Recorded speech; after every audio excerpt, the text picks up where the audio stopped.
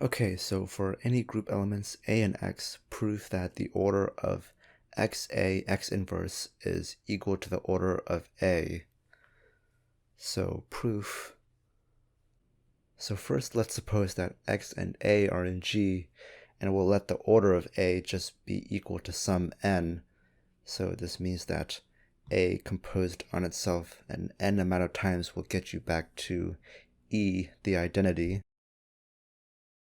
Now consider the term XA X inverse composed on itself an n amount of times.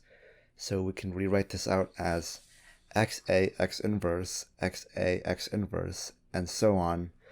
And there's going to be an n amount of these. So I'll number that just to be clear. And then we can rewrite this as XA times X inverse X times A times X inverse X times A, and so on. And we can do this because groups are associative, and we know that X inverse times X will just give you the identity, so we'll be left with X times A times A times A, and n amount of times X inverse.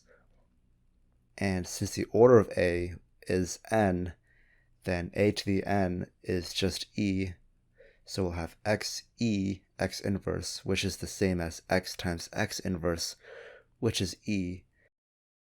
And so this means that XA X inverse composed on itself an n amount of times will get you back to the identity, which is the same as A to the n. So the order of XA X inverse is the same as the order of A.